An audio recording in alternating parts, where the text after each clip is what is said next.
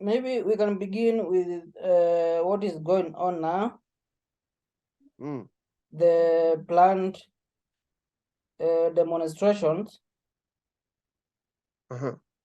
Then we get to the political issues. Right. Since independence, how the voting has been, the preparation and all that. Good. Well, my view is this. Since independence, the Kenyan focus for independence wasn't actually founded, this is my own opinion, through freedom of Kenyan people. I think this was the philosophy. And if you don't have the basic reason why and why you are doing what you have to do, then you are always missing the point. The reason of the Mau Mau and the Kenyan people to struggle to fight for independence against its colonial ruling British Empire, I don't think it was to free Kenyan, but it was for a Kenyan leadership. This is from my view that I see. And that's why since 1963, the second recording of voting that actually rose an issue was the 2007 election in Kenya. So if you look at the scenarios, why would they, even if you go to Google elections of Kenya, the 2007 election is top of the league. Seems that there's a history there. And the next following that is the beginning of the Kenyan independence. Now, why is it like this? Because the mission wasn't for Kenyan to be having a freedom of the whole entire country, but fighting to get rid of somebody that wasn't a Kenyan out from the leadership and a Kenyan to lead. And I think philosophically, even if we were not there then, me and you, let's say for instance, and we want to find the truth, you will go and see then that was the issue that actually they were meant to announce that all white people out from Kenya. But Kenyatta himself changed that. He didn't like to follow the philosophy of the advisors. And instead, he started to say, we will shake hands and we will all stay. This is our country. Only himself, so that he could have actually the relationship between himself and the Kenyans and the leaders of that time with the former colonial rulers, so that he can actually build up the country with them. Otherwise, you will have seen a disaster that these people were taken out. Now, why is that? It's because of the concept. What are you doing? Why are you doing what you're doing? What's your concept behind it? Now, the colonial ruling was meant that actually Kenyans were tortured, or including most of countries that went through colonial ruling. And that's why you end up having the colonialism, because people were being colonized by people who did not belong from that country. Now, what do you see now in Kenya and even Africa? If you see the history of Kenyan to be killed, numbers of people to be thrown in lakes and rivers by the people that are meant to be protecting them, let's say police officers, either he has been ordered by somebody or it is by himself according fulfilling his own duties. Still, I don't think this is a country that is free and there's anybody who has power to actually conduct these atrocities or maybe murder or killing or torture of people just because they differ in opinions of political. Because even if I don't agree with you or I agree with you in some areas, it doesn't mean I'm right or I'm correct. For me to not to accept the fact that actually Ruto is a president now does not make me the truth or the right person. There is always something behind it. I may want until I prove something wrong, what made him to be, then that's now people will go in. But now it seems if you don't agree with somebody, you are being a hunt or you are being criticized as actually a person who is an enemy to the person who is actually bringing the agenda. Whereby that has never ever freed the Kenyans or the African from the former colonial ruling. They are still under being killed in, and the devil within is the worse than the devil from outside. If you are being tortured by an enemy who is within you, it's the difficult thing for you to fight ever, because this guy knows your roots. He knows where you work, where you live. So even if he doesn't like you from work, still he knows the route that you'll go home. So it's easy for him to attack. So that's why you find issues of Africa politically and freedom, independence, we don't get it, because we don't set up the concept to why are we doing what we are doing, or why should we do what we have to do?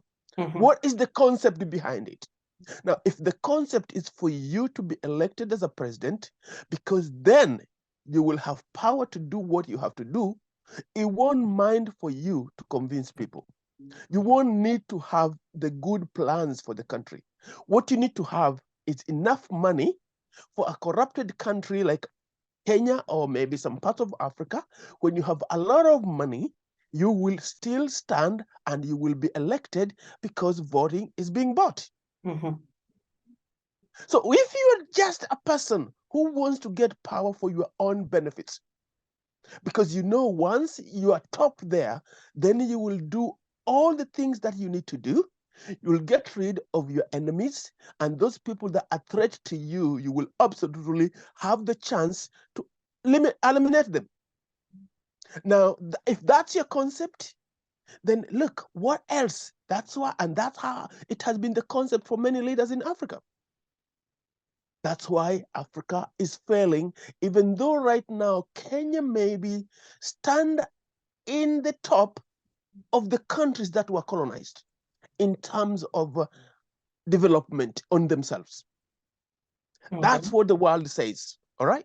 And this is only blackmail of, because wacha niulize swali moja.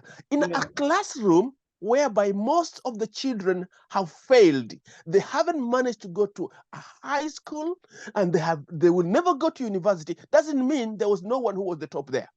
Yeah, sure. Then you will find there's one who was the top among the others, and one was the bottom. But it didn't, even being top, it wasn't good enough because he didn't get the scores to go to a high school. So is that topness good enough? No. So that's why I'm saying, if you look right now, Kenya is ranking in the top 10 of African nations who have built a democracy, who are being recognized by the actually development nations as a middle class country that actually is growing up. Okay? Yeah. But that doesn't mean there is that growth in the country. You could still be a failure even though you indicate, because you are fighting with failures. So to make you in the top, it doesn't make you better person. Unless we accept the fact that country of Kenya is struggling economically, is struggling to fight the battle of building the country, creating jobs to the youth, having our politics becoming democracy. The democracy should not be just a name. No, it should be a policy. Yeah, democracy is a policy, and you must believe on it yourself in order to manifest it. It's like Christians. If you are a Christian, why would you believe the kingdom of God? What is the kingdom of God? It's not a geographical place. It's a system. The biblical, is absolutely like a memorandum, which says this is what you have to follow. Now, democracy, I'm not saying it's 100% the correct principle that we have is there in the world, but that's what we have today. Is even shaking America and here in Europe still democracy. All right. But comparing to where Africa is still miles far away. They haven't touched even a quarter of democracy. All right. And until we accept it that we haven't got there yet, we will not struggle to reach there. Because if somebody is telling you have passed, now, do you need to do anything else? No, because you're doing good. Yeah. But they are trying to tell you that you are good comparing to the others, but you know deeper in yourself that good they're talking about isn't good enough, because you have a number of people who are struggling and yet you cannot give them away.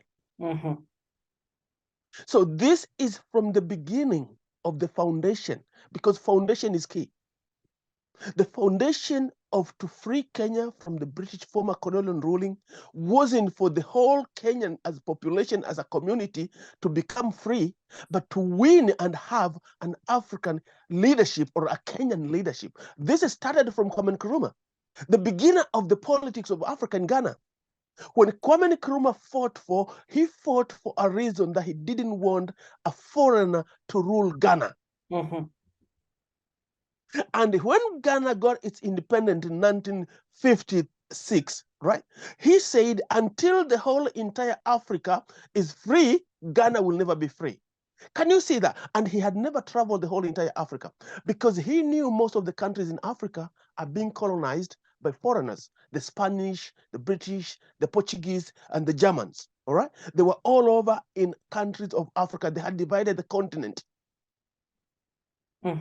The continent of Africa was divided like that, including the America was divided like that. The British were in the North America. The Spanish were all in the Southern America. Brazil, Cuba, Guatemala, Venezuela are all Spanish speakers now. And they have been like that for generations. So whoever rules you have powers to control you. It depends with you if you are coming out from it. What is your concept? Okay. Now, when you have the concept, then now you will look at the people who are supporting that concept. Who are these people that agree with me with this concept? And if there is one who is part of me and he doesn't agree with me, what are their reasons? And are you willing to accept their reasons if their reasons are legitimate and those reasons can make a difference to have you achieve even greater than what you're willing to achieve? Now, that's also a problem in Africa.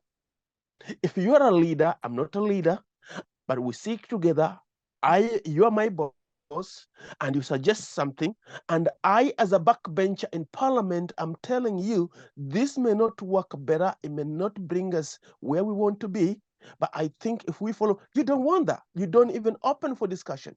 Once your advisors has given you the agenda, you throw the agenda to the parliament, and they have to actually go for that agenda, either they like it or not. This is one of the problems. Our competence Europeans, they debate. If that agenda is not needed, you will actually have oppositions into the agenda. And oppositions who will be very seriously fighting for what they think is correct. And you will be removed out if that doesn't work. It will not manifest anywhere. Now, I have an example that has happened already just this week here in Britain. A journalist who does not work for the BBC. He is a freelancer, but he reports as a freelancer on behalf of BBC Sports.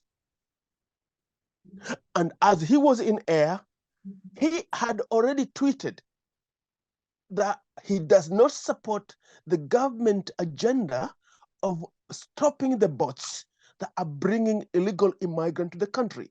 That seems like it's stopping people to speak out. Oh, unless they have opened a way where somebody can come legal, and otherwise they have to accept the illegal route.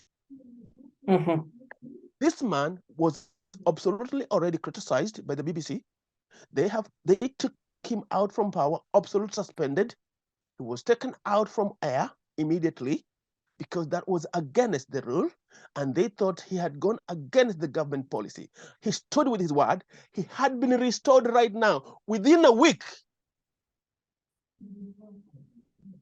Within a week, people who thought what he did was correct had fought against that, and now he has been reinstated back. Now, are you telling me that something like this Africa can happen? No. No.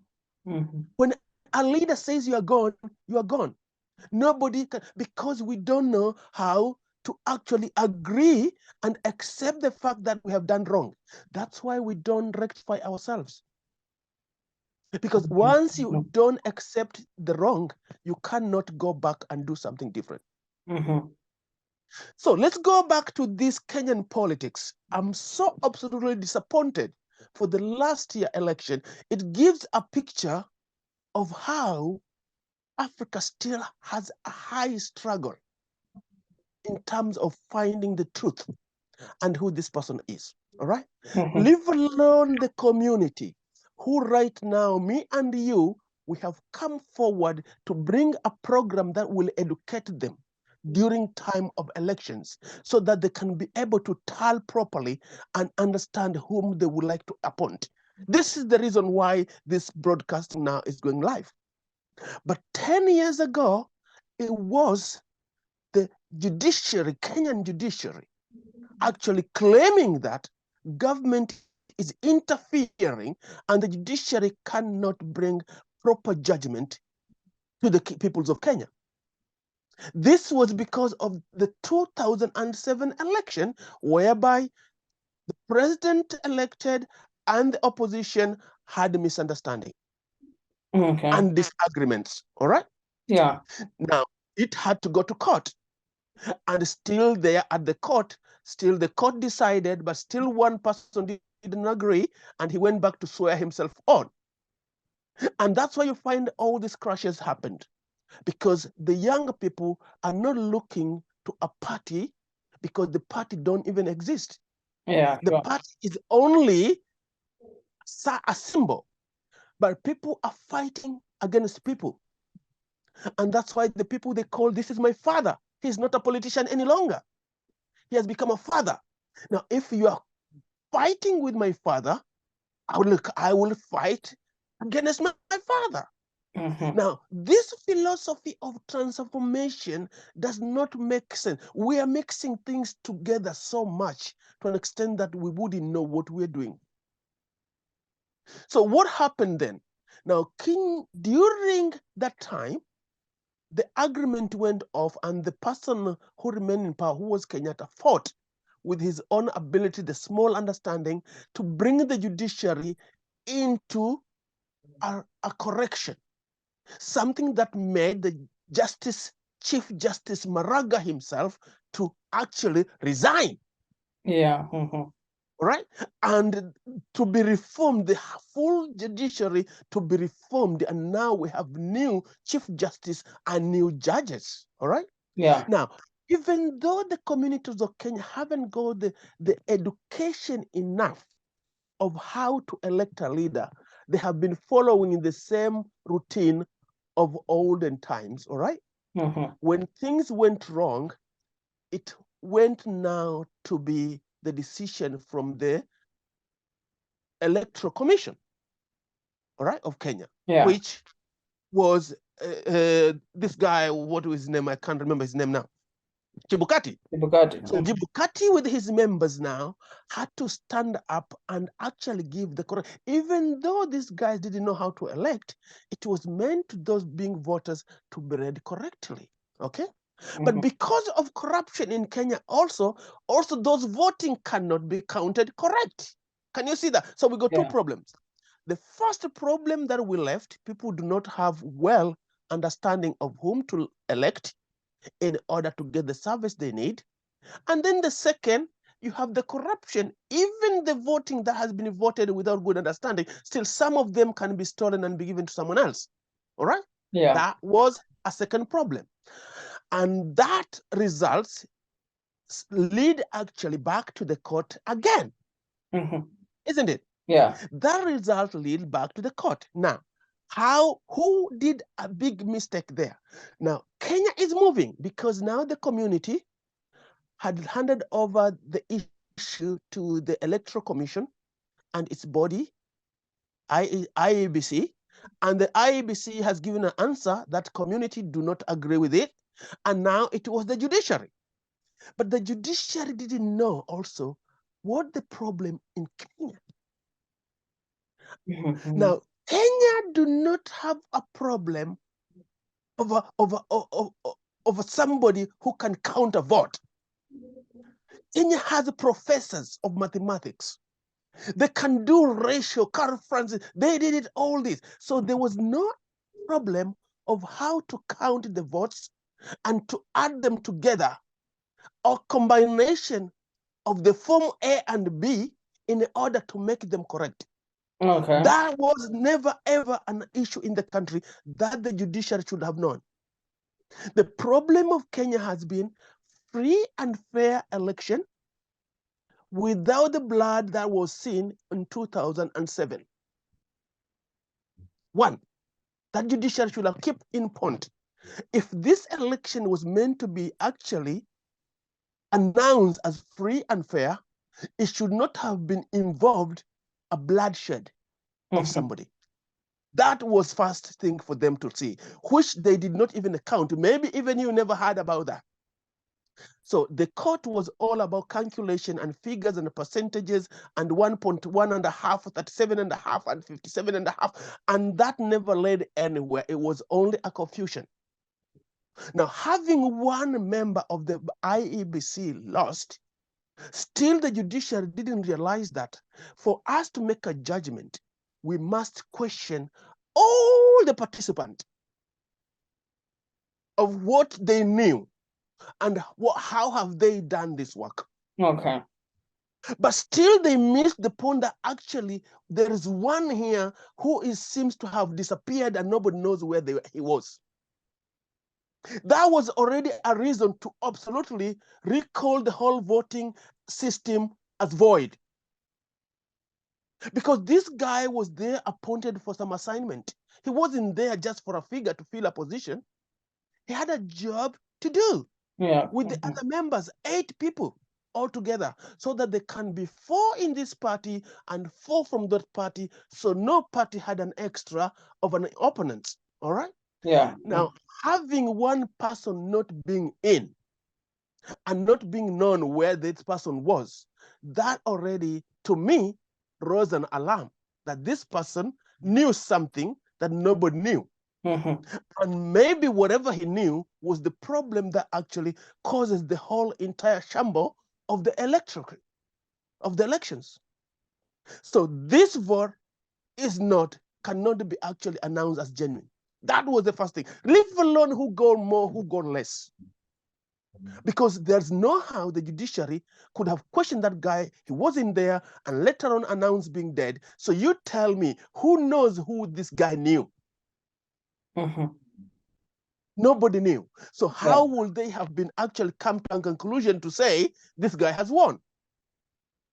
So that's now you got a third part, which has been failed by the people who are meant to put the Kenyan government in a straight line, the judiciary.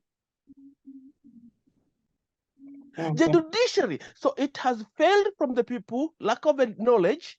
It has gone to the commission, electoral commission, lack of competence and corruption. And now it has gone to the judiciary, which should have the clear understanding of the problem and what's need to be done. And they also missed it. And I'll give you an example, because our Kenyan election was like Brazilian election. If you followed the South American Brazil election, from the guy who was from prison to the guy who was a president already, when they first voted, it was 50-50, both of them. And nobody could tell who the winner was, and that vote was sent void. And they had to go to a rerun.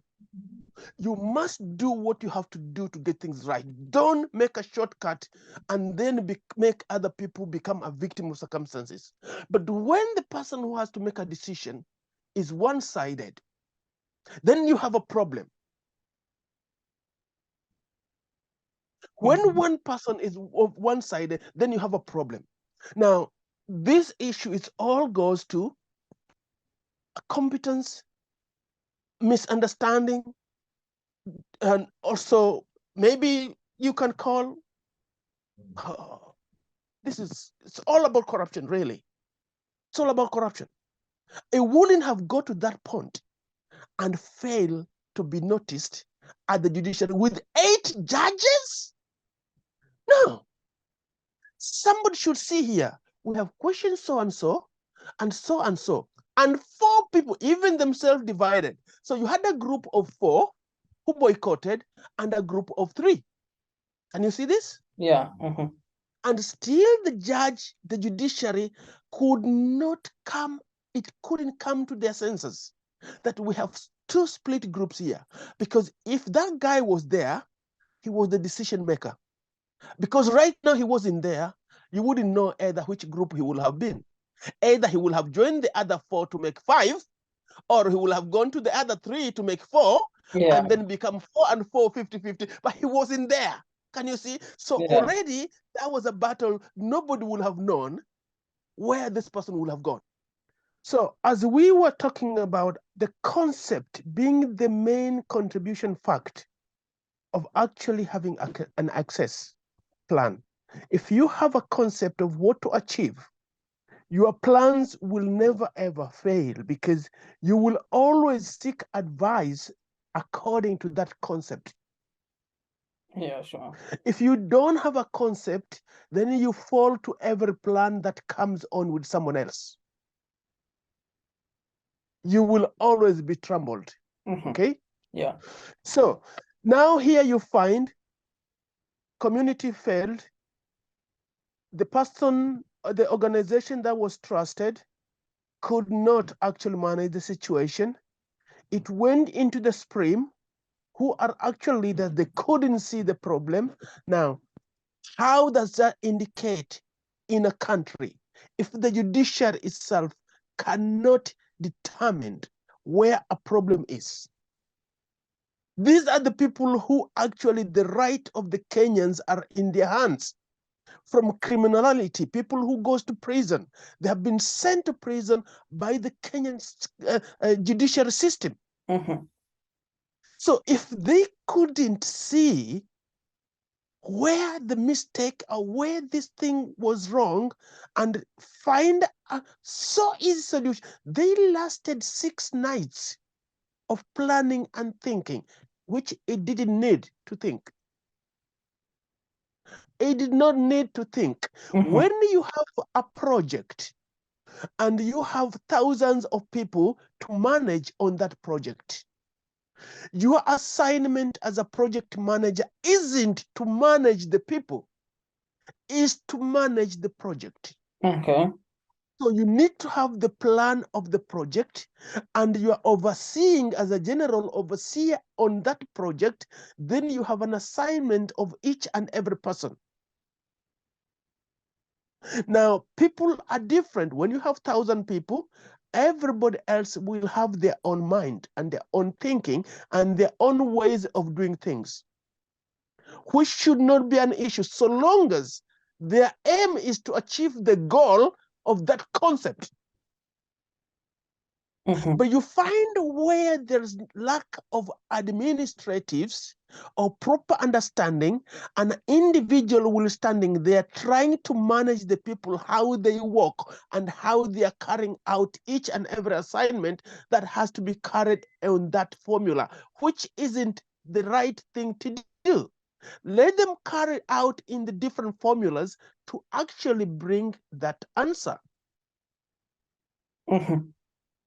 And now that in Kenya is what we cannot get. Right now, that election has actually not been accepted by many, maybe half of the people who voted, because the current president did not indicate to have at least 52%. No, maybe 50 point that. You see? So maybe the whole voting that were voted there, regardless of corruption and rig on the election, still, they were still on the 50-50. All right? So that means 50-50 people are actually splitted in the country. That's why you find the demonstrations that are happening. The oncoming the 20th. What is happening on the 20th? We are going to Nairobi. What are they going to do to protest against what? The same mistakes routine coming back. Now, if you don't do something right from the beginning, you won't get it right. Yeah, sure. It's so difficult to actually carry out a renovation than you carrying out a new constructions of a house, because you carry out from a foundation building. Now, if you have to do renovation, you have to protect the broken house, that this part will not fall down. You hold it up with a ladder, and then here you are building another, which is a lot of attention to put upon. Rather than if you are building from the foundation, you got nothing to fall. You just keep on putting your bricks and cement and go up. But if you have a roof on the top that is about to fail, a brick in the middle is missing. So you have a brick in the floor and you have a roofing on the top, standing on top of a wooden, and that is not. Now, this is what Kenyans are trying to do. To put a plaster on a wound, that's not treating the wound. All those young people who are supporting this man, who think the person who is the president now is there unlawfully, I may agree with that. But still, it does not give him the right to say he is the right person, because even right now, what he is doing, he's keep on telling the Kenyans the things that the Kenyans do know already, because this president is a president of the Kenyan for the last 6 months. Yeah, all sure. the routine and all the things he's doing, every Kenyan sees it, and especially those ones who voted. Okay? So Yeah. for him to stand and repeat telling the Kenyans what this guy is doing already, it's a lack of understanding what being an opposition is all about. An opposition is to tell people, what do you have different with this guy? What can you do different? Don't tell them what this guy is doing. They know already. But what can you give us different? Now, right now, people will protest against this man. Okay? And this man will probably say, okay, I have lost. I'm gone. What does he has to offer? Because he will have the seat to sit down, but does he have the mandate different to this guy's mandate that has brought Kenya into the life where it is now? Expensive life, poverty, no food, hakuna unga, there's no oil, no diesel, no light, nothing. Look, education system is collapsing. So does he have the guts to actually say, I have the people to put this together? Who are the people? Who are the people that he have? Because most of the people he has been in government for the last 25 years. Yeah, sure. Right? Most of them. So they have been there. And himself actually has been a leader, a prime minister. A prime minister is a bigger person. If he had a know-how then, he could have done it then. If he didn't do it then, what will make him do it now? Now, who is there to ask him this question? Now, I would like, if possible, I know Kenya claims to be a democracy, and we are not talking about bringing a battle here with politics. We're trying to say these questions need answers. Yeah. You are licensed to question. Actually, the vice president had a conference this week. Is it 2 days ago? Yeah, 2 days ago. House.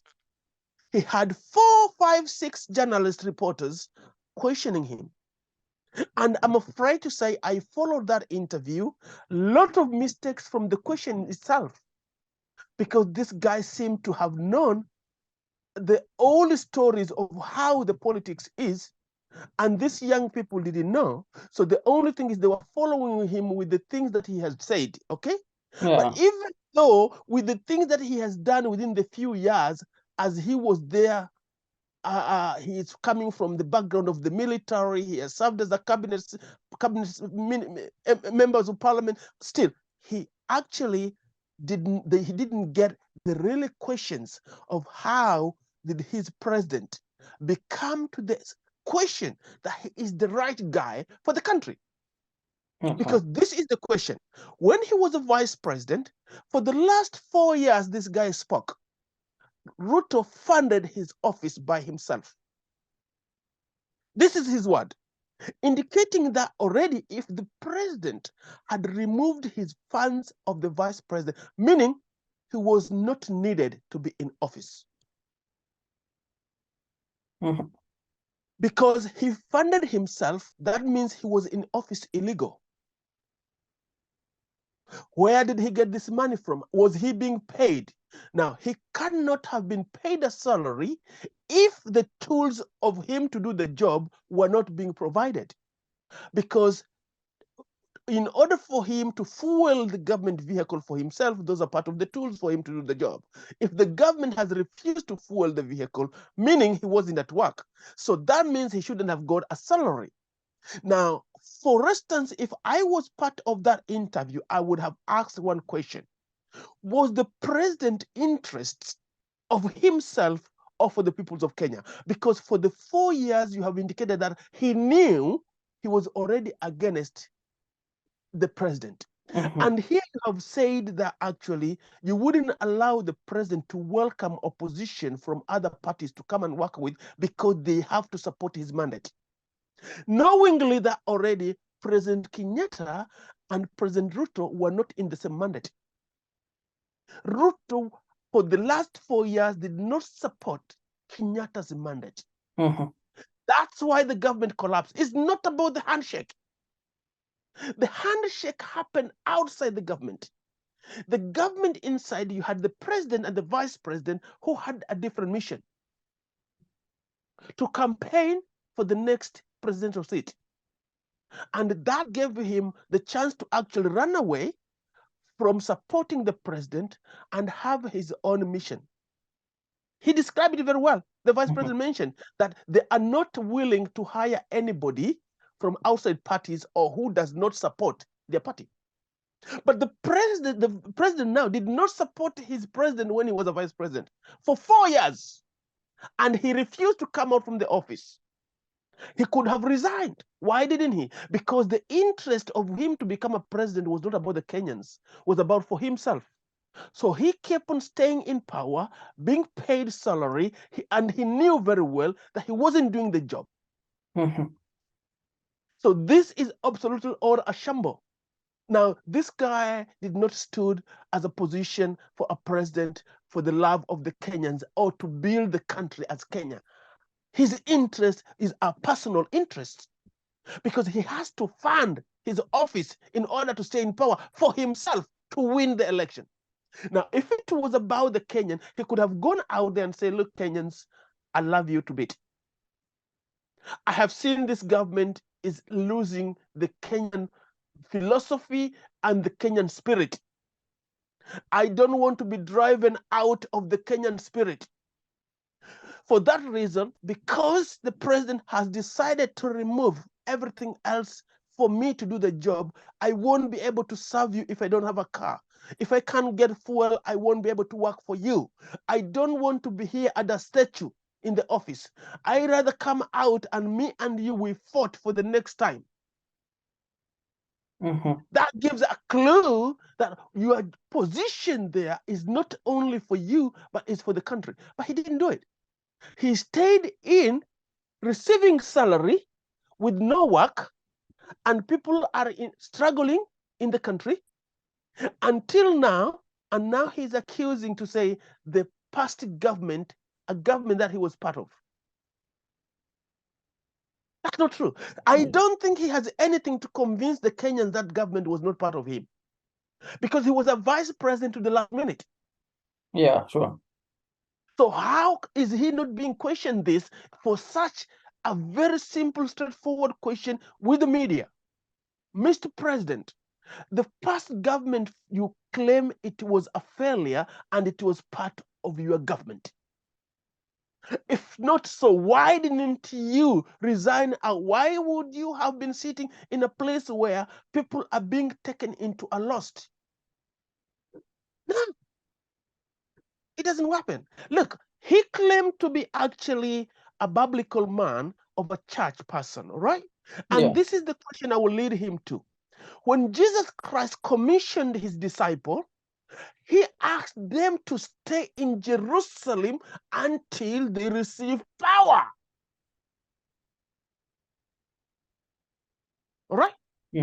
The command was stay in Jerusalem until you receive power. Why did they have to receive power? Because Jesus had already told them that you don't need to look for the Father. If you have seen me, you have seen the Father. The authority of heaven and earth is all given to me.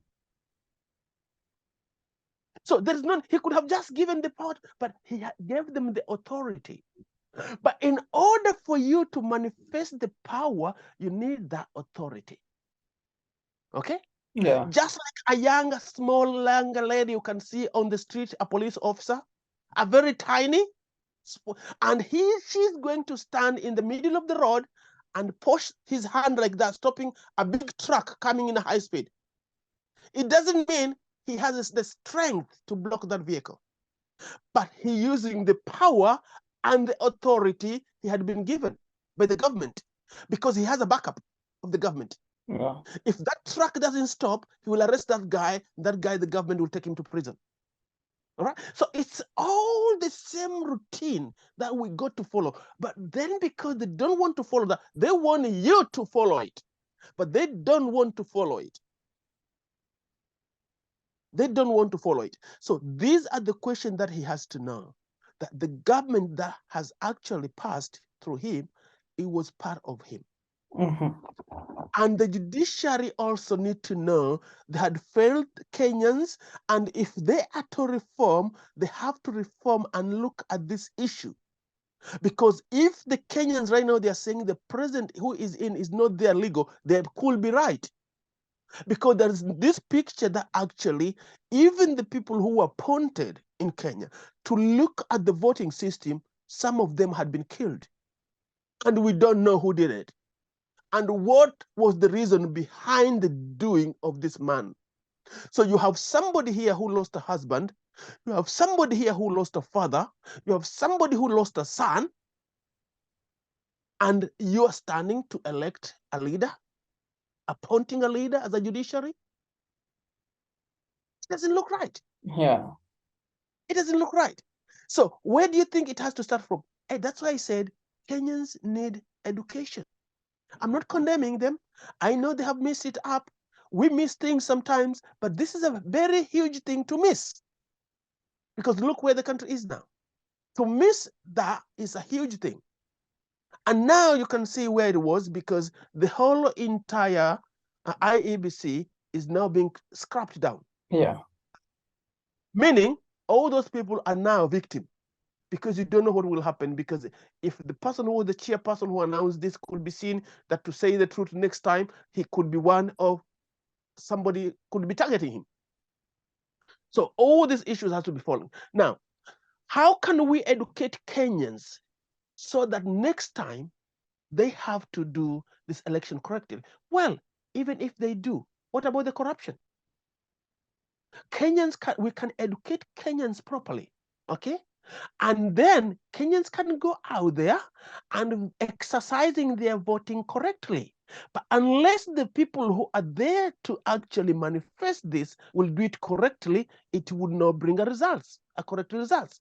Because they are human beings who are counting, the human beings who are in control, and that is the issue. Now, what the problem? We have old regime here, which do not need to be in a position. That's the problem in the country. Okay. Kenya need to clear all this old regime of a system that people think they have a share in the government, that they are titled to have a position by force. So they've never done anything else different in their lifetime apart from serving the government, because they know it's an easy thing in Africa to do. There's no accountability in Africa. So nobody comes there and question you. Most of the leaders in Africa are being called to here in Europe, in America, for conferences to sign an agreement of joining venture, all right? And those leaders don't have even a second question. Because if it's a partnership with the US or Turkey or America or Germany, African leaders, they keep on signing. Because there is no pressure in Africa for them to implement what they have agreed upon. And that's why it becomes the easiest work to do. Unless we get rid of all this dictatorship regime, we'll have clean government. And I have a reason for that. Now, look Tanzania, where it's coming from. It's just neighboring Kenya. You had a Magufuli there, all right? Yeah. Who was absolutely a man of a regime that actually it is either his word or no word, okay? Because his time and COVID wasn't far away. He refused. He had locked people in. People has flied away from Tanzania into abroad because there was no opposition that was never allowed in Tanzania, okay? So that reason create him people to call him a good person, because if you are a thief, then you will be locked in a prison. Well, he wasn't actually locking the thieves only. He was locking anybody that does not agree with him. And this is what we don't want in Africa. If somebody does not agree with you, it doesn't mean he's wrong. Listen to him. If you don't want to listen to him because he's small, let him go and speak to the community. If the community will support him, if he wins, you leave him run the country and you go out. This is what we don't want to accept. And this problem, you can see it is there in Uganda. Museveni is never ever a person that will put an election in to wait for a ballot, because he's a military man. He doesn't know about that. Okay, so for you to compare that, Kenyans were actually very lucky into that. We're very lucky into that. The only thing is we haven't been able to access that. And Kenyans has very big graduates, young people there who can get the ball rolling. Yeah, sure. Right now, you have graduates who are jobless, and positions there are being given to old people who cannot even open a notebook and work on it with the headphone in a conference while they're in the bus or in their car. Yes, you have these old people who are there just enjoying their bellies, sitting in offices doing that. I'm sorry to say, I'm an old man too. I'm not a young person, all right? But I understand that. But if I cannot do it, I will let the person who is able to do it correct. Unless this regime of merry-go-round of my turn and your turn and my turn finished, Kenya will go into the right position. Okay. We educated the children, the young people who are really facing the problem to say, look, for you to get a job, you need to elect a person who is willing to create a job. Now, who is this person? A person who will not be rich. This man will not be rich. But the reason he's not rich is because himself, he hasn't got the job to be rich, and he's not fighting to become rich. But he's fighting to actually feed his family, because even if you vote for the rich person, you will not go and eat in his house. You won't sleep there. He won't carry you with his car. So it's useless. This is what people need to know. For you to go and vote for this guy who is so popular and with his wealth that he himself, without government, he has 5 vehicles in the yard, in his house, personal. Now, plus the government vehicle and escort, he will have almost 10 to 14. Okay? So how will he has to know a person who voted for him? He doesn't have time for that. Yeah, He sure. doesn't have time to even recognize companies that are struggling and they need to build up themselves. And what do they need? Africa doesn't need companies. I sat with one of these former United Nations ambassador. I think this lady was from Zimbabwe for some reason, talking about Africa having its own wing and wheels to do. I know it does. It has its own wing. But to admit the fact that Africa still requires a support, the issue of a colonial rulers and colonialism or slave trade should not be a bargaining chip. It should be a time to say, this is a past generation, and now we need to work with these people and build our country. They know more than we do. That is something already Africans don't want to accept. Okay. That the Western people know more than what the African do. Okay? And that actually is the biggest difference between a rich person or a rich nation and a poor nation. The rich person is not because God gave him a lot. No. Because he knows something that the poor person doesn't know. So by the time the poor person comes to know about it, the rich person has already harvested there. Nothing to harvest. Okay,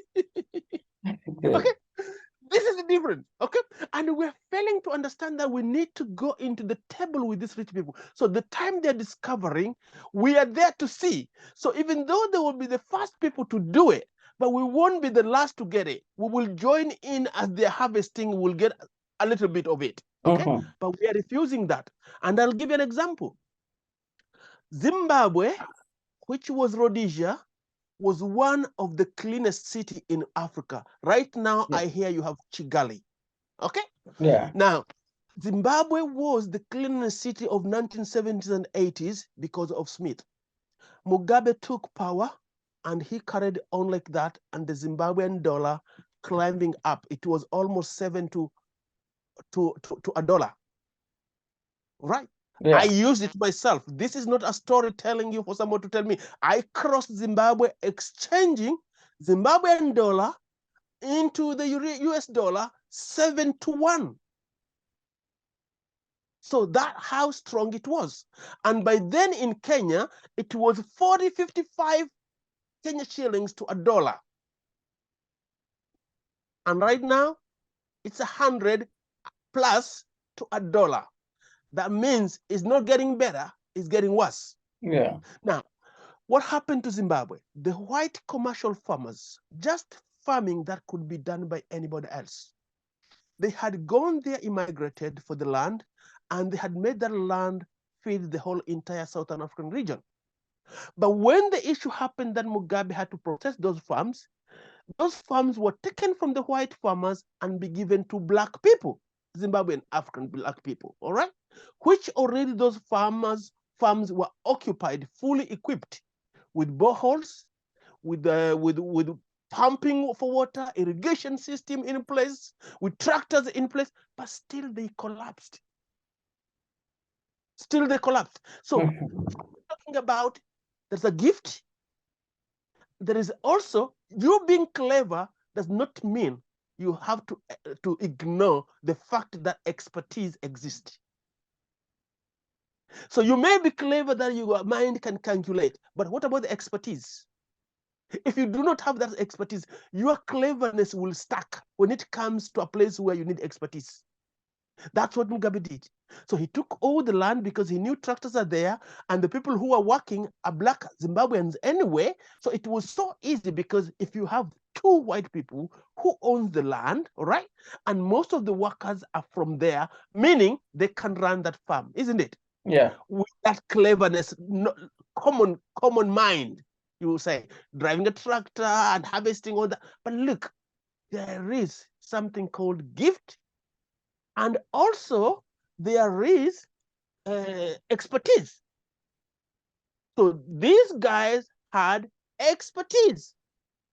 And that's why when Mugabe handed over the land to his own people, military people who did not have the expertise, their normal common knowledge could not work. And something that was built for 30 years was taken away in a few months. I saw it collapsing. 1998, collapsing. In 1 year, it had gone down. And until today, for the last 15 years, they haven't managed to rebuild it up. Because it was not only about the land that belongs to Zimbabwe, it was about the expertise that the people has put in there. This is something Africans don't want to believe on it. Right now, the whole entire Africa believes on technology and internet. It's easy to market. But tell me, what soft or social media that market the product out that was built in Africa, that African people are benefiting from it? Facebook, Mark Zuckerberg, United States of America, built here in Oxford. All right. Twitter, American. All right. LinkedIn, American. Okay. Everything else is there, including music. Now, what else do you want to talk about? So all this, we do not benefit African people. We are consumers. So what we know is to subscribe, pay your subscription. Either this social media will create you a sale or not. And even if it will do, it will create a sale in your country, meaning it's a business within your brother and sisters around, those people who knows you, because they like what they see. It's not money from abroad coming in, but you remember, money from Kenya goes America to pay for that Facebook page that has been subscribed for. Okay. And there's no money coming from the US to buy a product in there. But it's only the Kenyan money that's rotating within. Okay? But this guy who is getting money from these 10 Kenyans because they're buying through the Facebook page, this guy is using money because that money is not an interest. It's just a rotating money within. When one person becomes to have an issue that he won't buy that month, that's it. Because there's no outside money. Yes, that's it. He's finished. He's done already because that money is the same money. It's not building a wealth. It does not increase the GDP of Kenya because it is a Kenyan money. It's just circulating around there. In order for you to increase your GDP, you must have a source of money that doesn't come from that area. It comes from outside, an extra money to back up that money. And even if it's a little amount of money, within few years, you will see your GDP is increasing. Okay. But right now, either you fish in the country and you open a big market and you sell your fish in Kenya, wakuliwe wote waishe, that money is money from Kenya, has come from the same bank of Kenya, has gone to the hand of a Kenyan and gone back to the same bank and come out from the same bank and go to the same. It does not make any difference to the country.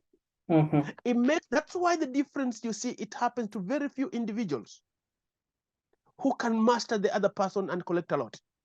Very few individuals, not the country. The country will have no money.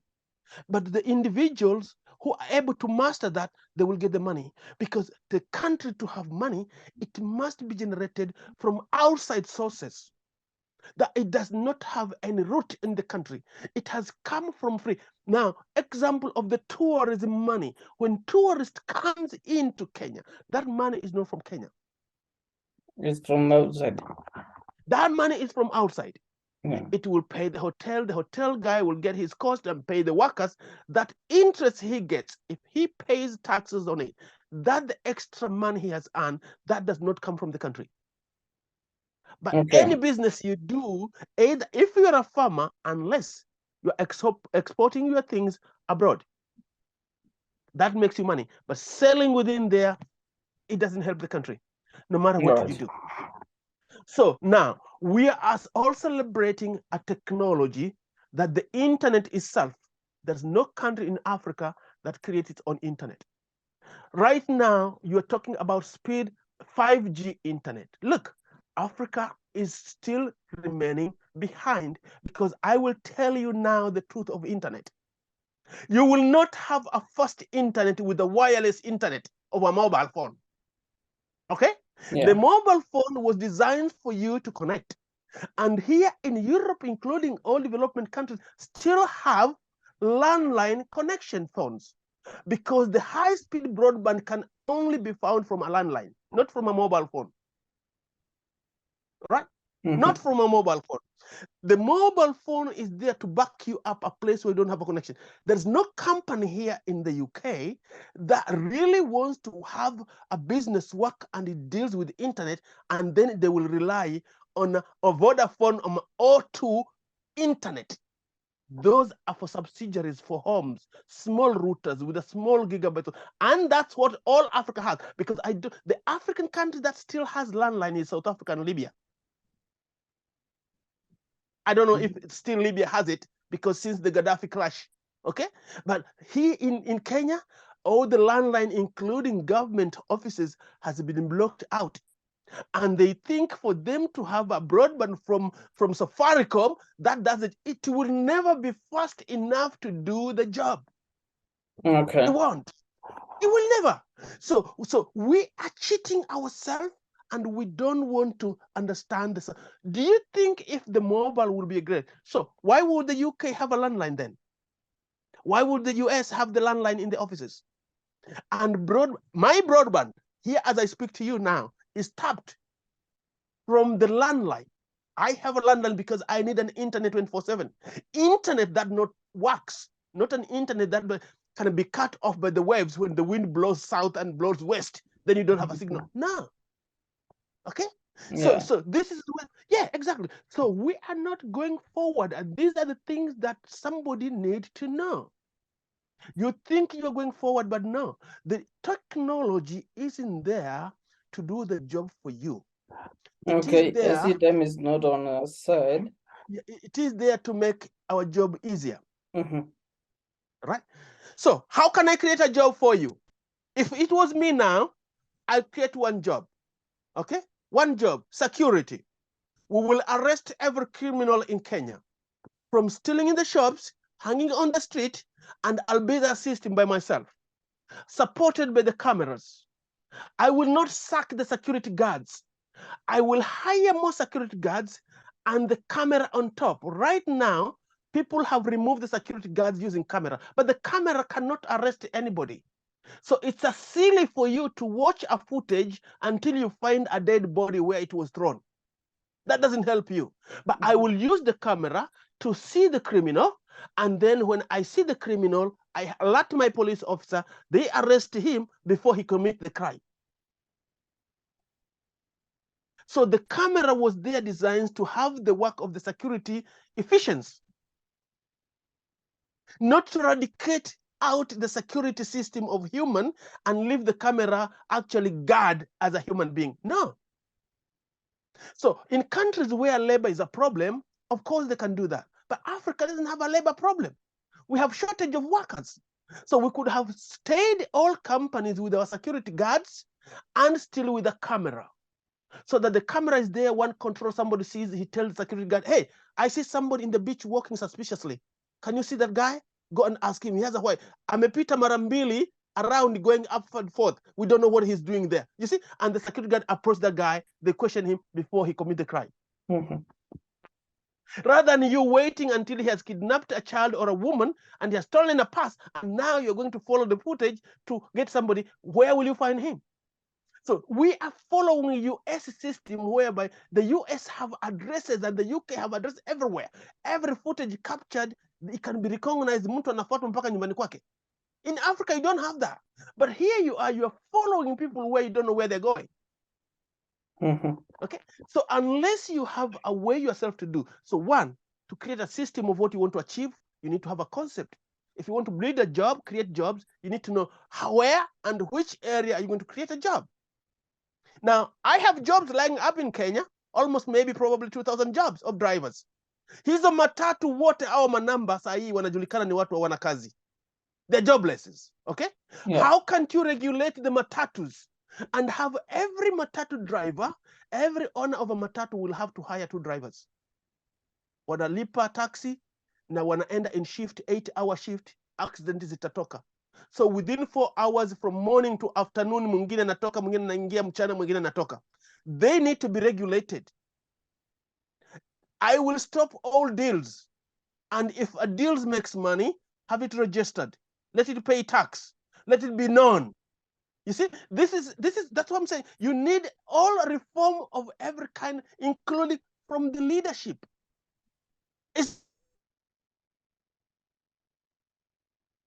Who are willing to take such a concept and bring it into the top range.